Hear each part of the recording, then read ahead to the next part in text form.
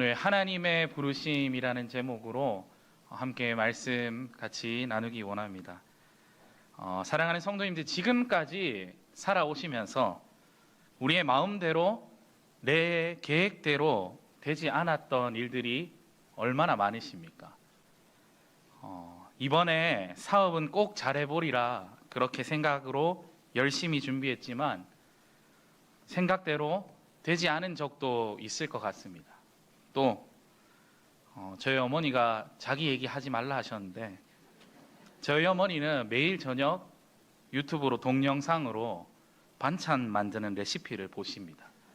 그리고는 다음 날 꼭 잘해보리라고 다짐하고 다음 날 했는데 생각대로 잘 되지 않는다고, 그리고는 꼭 하시는 말씀은 이 레시피가 별로라고 그렇게 말씀하시기도 합니다. 우리 젊은 청년들은 또 중층에 있는데 좋아하는 사람과 썸을 타면서 상대방의 마음을 확신하고 용기 내서 고백했는데 안타까운 결말을 맞이하는 경우도 때로는 있습니다. 원하는 콘서트 또 원하는 경기의 표를 사고 싶었는데 계획대로 잘 되지 않는 경우도 있습니다. 이처럼 우리 삶에는 늘 계획대로 되지 않습니다.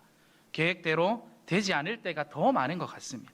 그 이유는 우리가 세상에 일어나는 모든 일을 한 치 앞도 내다볼 수 없는 우리는 그런 유한한 존재이기 때문인 것 같습니다. 그뿐만 아니라 지금 현재 일어나는 일과 그 일의 의미도 우리는 완벽하게 파악하지 못하고 살아갑니다.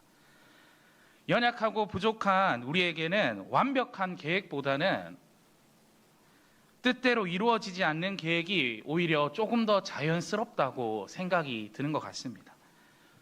사랑하는 성도님, 그런데 이 세상의 모든 일을 완벽하게 계획하시고 이루시는 분이 한 분 계십니다.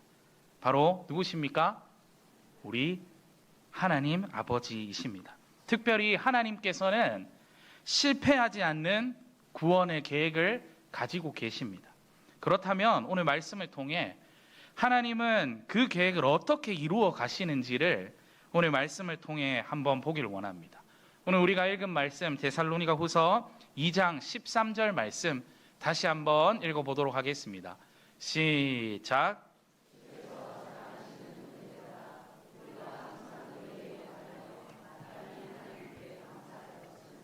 하나님이 처음부터 너희를 택하사 성령의 거룩하게 하심과 진리를 믿음으로 구원을 받게 하심이니. 아멘.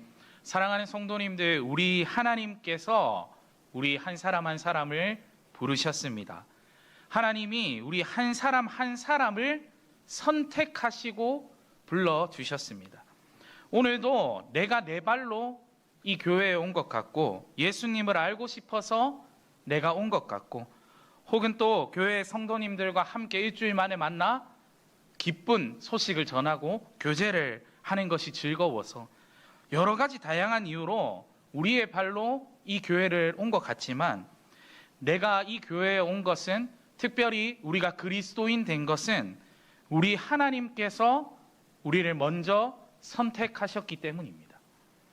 내가 하나님을 알기 전에, 내가 예수 그리스도를 믿음으로 고백하기 전에 하나님이 먼저 나를 선택해 주셨다는 것입니다. 그럼 우리 하나님은 언제부터 나를 아시고 나를 선택해 주셨습니까? 오늘 성경은 이렇게 얘기합니다. 에베소서 1장 4절에서 5절에 이렇게 이야기합니다. 제가 읽어드리겠습니다. 에베소서 1장 4절에서 5절.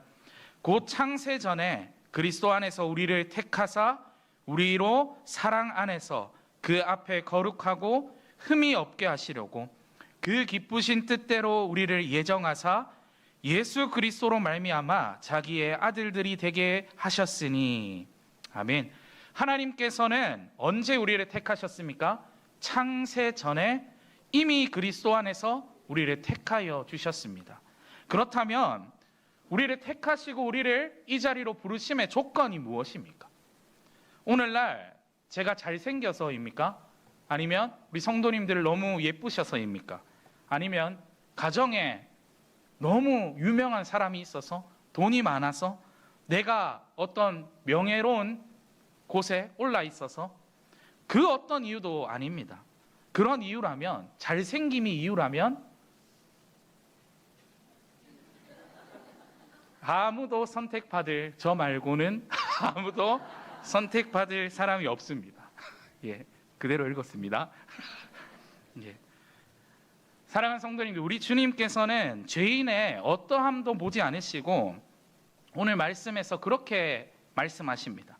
하나님의 자신의 기쁘신 뜻에만 근거해서 죄인된 우리를 예수 그리스도로 말미암아 우리를 부르셨습니다.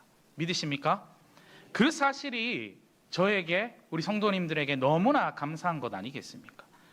하나님의 선택을 받는 것이 만약 우리에게 맡겨진 일이라면 우리는 어떻게 해야 됩니까? 죄인인 우리는 오늘도 하나님의 선택을 받기 위해서 정말로 많은 노력을 해야 할 것 같습니다.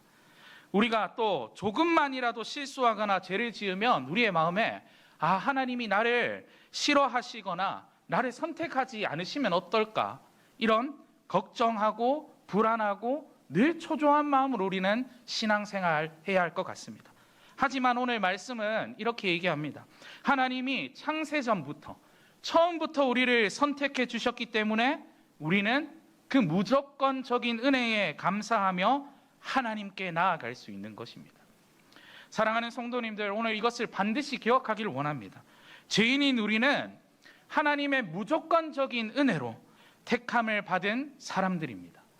오직 그분의 기쁘신 뜻에 근거해서 오늘도 우리를 이 예배의 자리로 부르셨다는 사실입니다. 하나님께서는 택한 자들을 예배의 자리로 부르십니다. 하나님의 은혜로 우리를 택하여 주심에 늘 감사하며 살아가는 귀한 우리 성도님들 되길 소망합니다. 그리고 2장 14절에는 또 이렇게 얘기합니다. 데살로니가 후서 2장 14절 같이 읽어보겠습니다. 시작.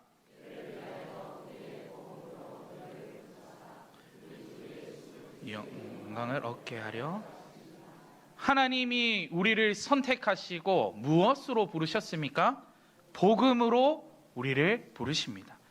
세상에 있는 기준과 나의 수준, 상황에 따른 선택이 아니라 오직 예수 그리스도, 오직 예수 그리스도의 복음으로 우리를 부르십니다. 오늘 본문 13절 14절에 보시면 오늘 사도 바울은 하나님에 대한 확신으로 가득 차서 얘기합니다. 하나님이 우리를 택하셔서 성령의 거룩하게 하심으로, 구원의 인도하심으로, 복음으로 그리스도의 영광을 얻는 자리로 우리를 부르셨다는 것을 감사하며 나아갑니다. 오늘 우리도 감사함으로 하나님 앞에 나아가기를 원합니다. 사랑하는 성도님들, 우리도 이 부르심을 확신할 때 우리의 마음에 감사가 늘 넘쳐나고 주님 주시는 위로와 평강과 안정을 얻게 될 줄 믿습니다. 그리고는 오늘 말씀에 또 이렇게 얘기합니다. 우리를 부르시는 이유가 무엇 때문이라고 얘기합니까? 우리 주 예수 그리스도의 영광을 얻게 하기 위함이다 라고 오늘 성경은 이야기합니다. 복음으로 부르심을 받기 전 죄인은 자기 영광을 위해 살아갔던 자들입니다. 우리는 그런 존재입니다. 하지만 복음으로 부름받아 의인으로 칭함받은 우리는 이제 자신의 영광이 아니라 그리스도의 영광을 위해서 살아가야 합니다. 하나님의 영광을 위해 살아가는 것이 우리가 아무 조건 없이 하나님의 무조건적인 은혜로 우리를 불러주심에 마땅한 반응인 줄 믿으시기 바랍니다. 그렇기에 우리는 어떠한 상황과 환경 속에서도 확신을 가지고 나아갈 수 있습니다. 하나님의 영광을 얻게 하려고 처음부터, 창세전부터 나를 부르셨다는 사실 안에서 하나님의 영광을 바라보게 되는 것입니다. 사랑하는 우리 남은 성도님들, 하나님의 무조건적인 은혜로 부르심을 받은 우리가 그리스도의 영광을 위해 살아가는 귀한 시간 되길 소망합니다. 자신의 영광을 위해서가 아니라 하나님을 영화롭게 하고 영원토록 그분을 즐거워하며 그때에, 그렇게 살 때에 각자 지은 바 목적대로 비로소 살아갈 줄 믿습니다. 아멘. 마지막 절에는 또 이렇게 이야기합니다. 데살로니가 후서 2장 15절 우리 같이 한번 읽어보겠습니다. 시작. 말로나 우리의 편지로 가르침을 받은 전통을 지키라. 오늘 마지막에 지키라라는 동사는 어떤 뜻을 가지고 있냐면 손에 넣다, 붙잡다, 간직하다라는 의미를, 그런 의지를 가지고 있는 것입니다. 그렇기에 사랑하는 성도님들, 우리가 확신에 찬 감사로 하나님께 나아가기를 원합니다. 이 무조건적인 은혜 위에 굳건하게 서서 우리가 받은 구원을 끝까지 지켜야 하는 것입니다. 오늘날 이 악한 세대는 우리의 시선을 하나님이 아닌 사람에게, 자신에게 집중하도록 합니다. 자신의 능력을 과대평가하며 사람에게는 불가능이 없다고 말로 유혹하고, 피조물의 지위를 잃어버리고 내가 나의 구원을 결정하거나 그 구원에 영향을 끼칠 수 있다는 그런 잘못된 구원론을 가지고 살아갑니다. 사랑하는 성도님들, 구원의 시작은, 구원의 완성도 모두 하나님의 주권 아래 있음을 꼭 잊지 마시기 바랍니다. 하나님의 주권을 인정하고 신뢰하며 구원의 하나님을 높이며 찬양할 때 우리는 부르심에, 그 하나님의 부르심에 합당한 삶을 살아갈 수 있을 것입니다. 말씀을 마무리하기 원합니다. 웨스트민스터 소요리 문답 제31문답은 뭐라고 이야기하냐면, 하나님의 구원으로부터 부르심을 효과적인 부르심으로 고백합니다. 성도님들, 부르심에 효과가 있다라는 말은 무슨 의미입니까? 바로 하나님의 부르심에는 실패하심이 없다는 것입니다. 하나님의 부르심은 실수도 없고 실패도 없으십니다. 우리를 부르신 것이 그냥 당신이 우리를 불쌍하게 보셔서 그저 하나님의 실수로 실패로 우리를 부르시고 우리를 당신의 자녀 삼아 주신 것이 아니라는 사실입니다. 실패함이 없다는 것은 하나님의 부르심이 내가 거부하고 취소되거나 세상에 방해가 있어서 없어지는 것이 아니라는 뜻입니다. 전지전능 하나님께서 시작하시는 구원은 그 자체로 효과적이고 실패가 없으시기 때문에 반드시 우리 안에서 그 구원이 하나님으로 말미암아, 예수 그리스도로 말미암아 우리 안에 반드시 성취된다는 것입니다. 무조건적으로 하나님이 나를 처음부터 선택해 주시고 실패하는 일이 없이 효과 있게, 효력 있게 불러주신다는 것이니 우리가 얼마나 감사한 것입니까? 그 효력 있는 부르심이 성령의 거룩하심과 진리를 믿음으로 구원받는 은혜를 우리에게 누리게 합니다. 사랑하는 성도님들, 하나님이 죄인된 우리를 의인으로 불러주시고 하나님이 우리를 자녀 삼아주시고 우리가 하나님을 닮아 거룩해지는 것이야말로 하나님이 주시는 가장 큰 구원의 선물인 줄 믿으시기 바랍니다. 어느 누구도 줄 수 없는 오직 하나님께서만이 선택하시고 부르신 사람들에게 주시는 큰 은혜임을 잊지 마시기 바랍니다. 하나님이 택하시고 효력 있는 부르심을 받은 우리가 누리는 이 은혜에 늘 감사하며 늘 우리의 삶에 이것을 기억하고 주님의 은혜에 감사를 선택하고 감사를 표현하는 우리 남흥의 귀한 성도님들 되기를 간절히 소망합니다. 아멘. 기도하겠습니다. 사랑이 많으신 하나님 아버지, 참으로 감사합니다. 하나님, 주님 말씀 앞으로 나오게 하시고 하나님의 은혜로 오늘도 예배할 수 있는 은혜를 허락하여 주시니 참 감사합니다.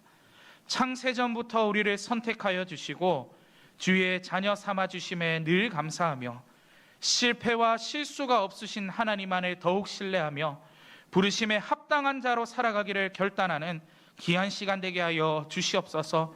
주님, 우리는 너무나 연약하여 날마다 넘어지고 무너집니다. 그러나 전지전능하시고 자비로우시고 긍휼이 많으신 하나님, 그 주님 더욱 의지하며 주님 더욱 바라보며 늘 주님 주신 힘으로 살아갈 수 있도록 주님 우리를 인도하여 주시옵소서. 우리 가운데 늘 함께 계시는 그 성령 하나님 의지하며 늘 감사를 선택하고 감사를 표현하며 살아갈 수 있도록 주님 인도하여 주시옵소서. 늘 함께하여 주실 줄 믿사오며 이 모든 말씀 예수님의 이름으로 기도드립니다. 아멘.